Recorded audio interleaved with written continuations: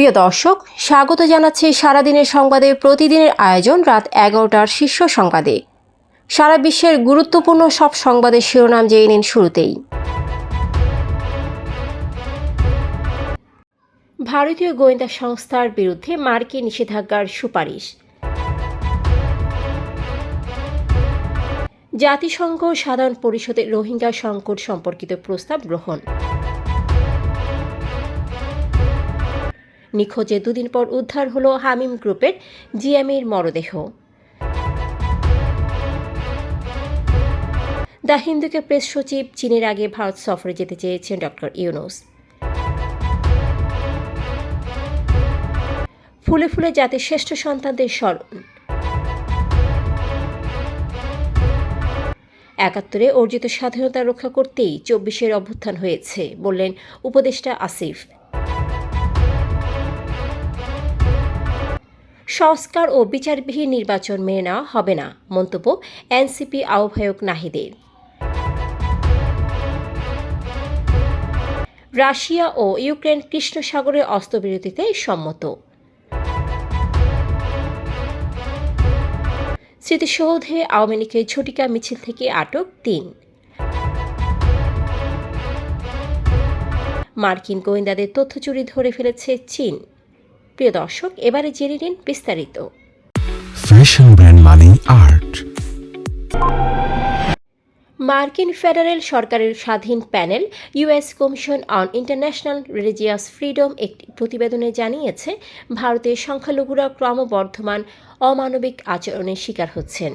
প্রতিবেদনে শিখ বিচ্ছিন্নতাবাদীদের হত্যার পরিকল্পনায় জড়িত থাকার অভিযোগে ভারতের বৈদেশিক গোয়েন্দা সংস্থা রিসার্চ অ্যান্ড অ্যানালাইসিস উইংয়ের উপর নিষেধাজ্ঞা আরোপের সুপারিশ করা হয়েছে। এছাড়া ভিয়েতনামের ধর্মীয় নিয়ন্ত্রণ বাড়ানোর কারণে দেশটিকে বিশেষ উদ্বেগের দেশ হিসেবে তালিকাভুক্ত করার সুপারিশ করা হয়েছে। জাতিসংঘের মানবাধিকার পরিষদের অধিবেশনে রোহিঙ্গাদের ন্যায় বিচার এবং বাংলাদেশে আশ্রিত রোহিঙ্গাদের মিয়ানমারে দ্রুত প্রত্যাবাসনের প্রস্তাব গৃহীত হয়েছে। মালয়েশিয়া এবং ফিনল্যান্ডের পৃষ্ঠপোষকতায় মিয়ানমারে রোহিঙ্গা মুসলিমদের পরিস্থিতি নিয়ে একটি প্রস্তাব উত্থাপন করা হয়। বাংলাদেশের স্থায়ী প্রতিনিধি রাষ্ট্রদূত মোহাম্মদ সালাউদ্দিন নোমান চৌধুরী ভোটের প্রস্তাব করেন, যার ফলস্বরূপ ১৪১ ভোটে প্রস্তাবটি গৃহীত হয়। কোনো ভোট বিরোধিতা হয়নি, তবে 10টি দেশ ভোটদানে বিরত থাকে। রাজধানীর তুরাগের দিয়াবাড়ি এলাকা থেকে নিখোঁজে ২ দিন পর হামিম গ্রুপের জিএম মোহাম্মদ আহসানুল্লাহর মরদেহ উদ্ধার করেছে পুলিশ।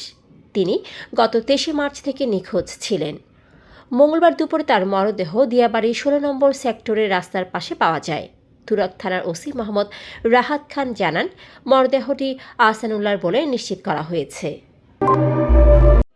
প্রধান উপদেষ্টা ডক্টর মোহাম্মদ ইউনূস চীনের আগে ভারত সফর করতে চেয়েছিলেন বলে জানিয়েছেন প্রধান উপদেষ্টার প্রেস সচিব শফিকুল আলম। ভারতীয় সংবাদ মাধ্যম দ্য হিন্দুকে তিনি কথা জানান। এ বিষয়ে ভারতের পক্ষ থেকে ইতিবাচক সাড়া পাওয়া যায়নি বলেও জানান তিনি। অন্যদিকে প্রধান উপদেষ্টা ৪ দিনের রাষ্ট্রীয় সফরে চীনে পৌঁছেছেন।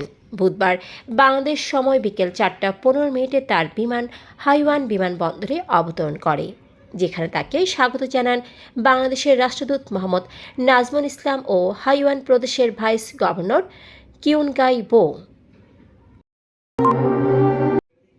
মহান স্বাধীনতা ও জাতীয় দিবস উপলক্ষে সাভারের জাতীয় স্মৃতিসৌধে হাজারো মানুষ শ্রদ্ধা জানাতে উপস্থিত হয়েছেন। বুধবার ভোর থেকে রাজনৈতিক দল, সামাজিক সংগঠন, স্কুল কলেজের শিক্ষার্থীরা ফুল দিয়ে স্মৃতিসৌধে আসেন। শহীদ বেদি ফুলে ফুলে ভরে ওঠে। এদিন ভোর ৫টা ৫০ রাষ্ট্রপতি মোহাম্মদ শাহাবুদ্দিন এবং ৬টার দিকে প্রধান উপদেষ্টা ডক্টর মোহাম্মদ ইউনূস শ্রদ্ধা নিবেদন করেন। এদিন স্বাধীনতা দিবস উপলক্ষে দেয়া বাণীতে সেনাপ্রধান জেনারেল ওয়াকার উজ্জামান জানান, দেশের সার্বভৌমত্ব ও স্বাধীনতা অক্ষুণ্ণ রাখার নিমিত্তে সেনাবাহিনীর প্রত্যেক সদস্য সর্বোচ্চ ত্যাগ স্বীকারের জন্য সদা প্রস্তুত রয়েছে।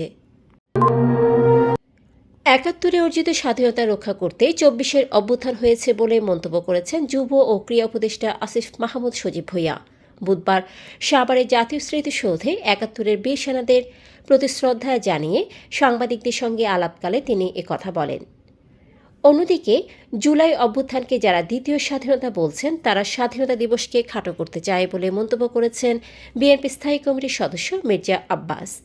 বুধবার স্বাধীনতা দিবসের সকালে জাতীয় স্মৃতিসৌধে শ্রদ্ধা জানিয়ে তিনি সাংবাদিকদের এ কথা বলেন। জাতীয় নাগরিক পার্টির আহ্বায়ক নাহিদ ইসলাম বলেছেন, সংস্কার এবং বিচারবিহীন যদি নির্বাচন দেওয়া হয় এবং কেবল কোনো একটি দলকে ক্ষমতায় বসানোর জন্য যদি নির্বাচন চাপিয়ে দেওয়া হয় সংস্কার এবং বিচার ছাড়া, তাহলে তা অবশ্যই মেনে নেওয়া হবে না।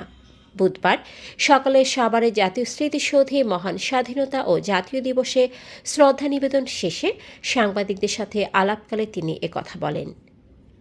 অন্যদিকে বিএনপি স্থায়ী কমিটির সদস্য গয়েশ্বর চন্দ্র রায় বলেছেন, নির্বাচন যতই বিলম্ব হবে অন্তর্বর্তী সরকার ততই বিপদে পড়বে। কারণ শেখ হাসিনা ক্ষমতাধর হয়েও ক্ষমতায় থাকতে পারেনি। জনগণের বিরুদ্ধে গেলে এই সরকারও বেশি দিন টিকবে না। মঙ্গলবার বিকেলে নয়াপল্টনে বিএনপির কেন্দ্রীয় কার্যালয়ের সামনে জিয়া মঞ্চের ইফতার মাহফিলে প্রধান অতিথির বক্তব্যে তিনি এসব কথা বলেন। সৌদি আরবে 3 দিনের শান্তি আলোচনা শেষে রাশিয়া এবং ইউক্রেন যুক্তরাষ্ট্রের মধ্যস্থতায় একটি চুক্তিতে স্বাক্ষর করেছে, যার ফলে কৃষ্ণ সাগরের সামরিক কার্যক্রম স্থগিত থাকবে। এই চুক্তি বৈশ্বিক অর্থনীতির জন্য ইতিবাচক হতে পারে, কারণ এতে গুরুত্বপূর্ণ বাণিজ্যিক পথ পুনরায় উন্মুক্ত হওয়ার সম্ভাবনা সৃষ্টি হয়েছে।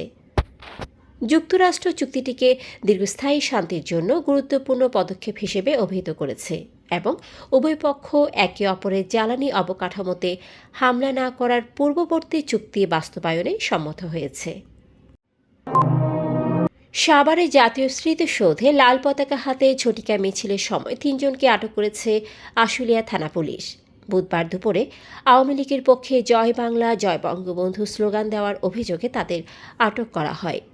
বেলা 11:30টার দিকে শহীদ বেদিতে ফুল দিয়ে উস্কানিমূলক স্লোগান দিলে উপস্থিত জনতা তাদের ধাওয়া দেয় এবং মারধর করে।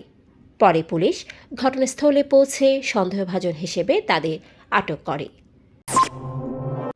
যুক্তরাষ্ট্র গ্লোবাল কমিউনিকেশন সিস্টেম থেকে মোবাইল ব্যবহারকারীদের তথ্য চুরি করছে বলে চীনের কাছে ধরা পড়েছে।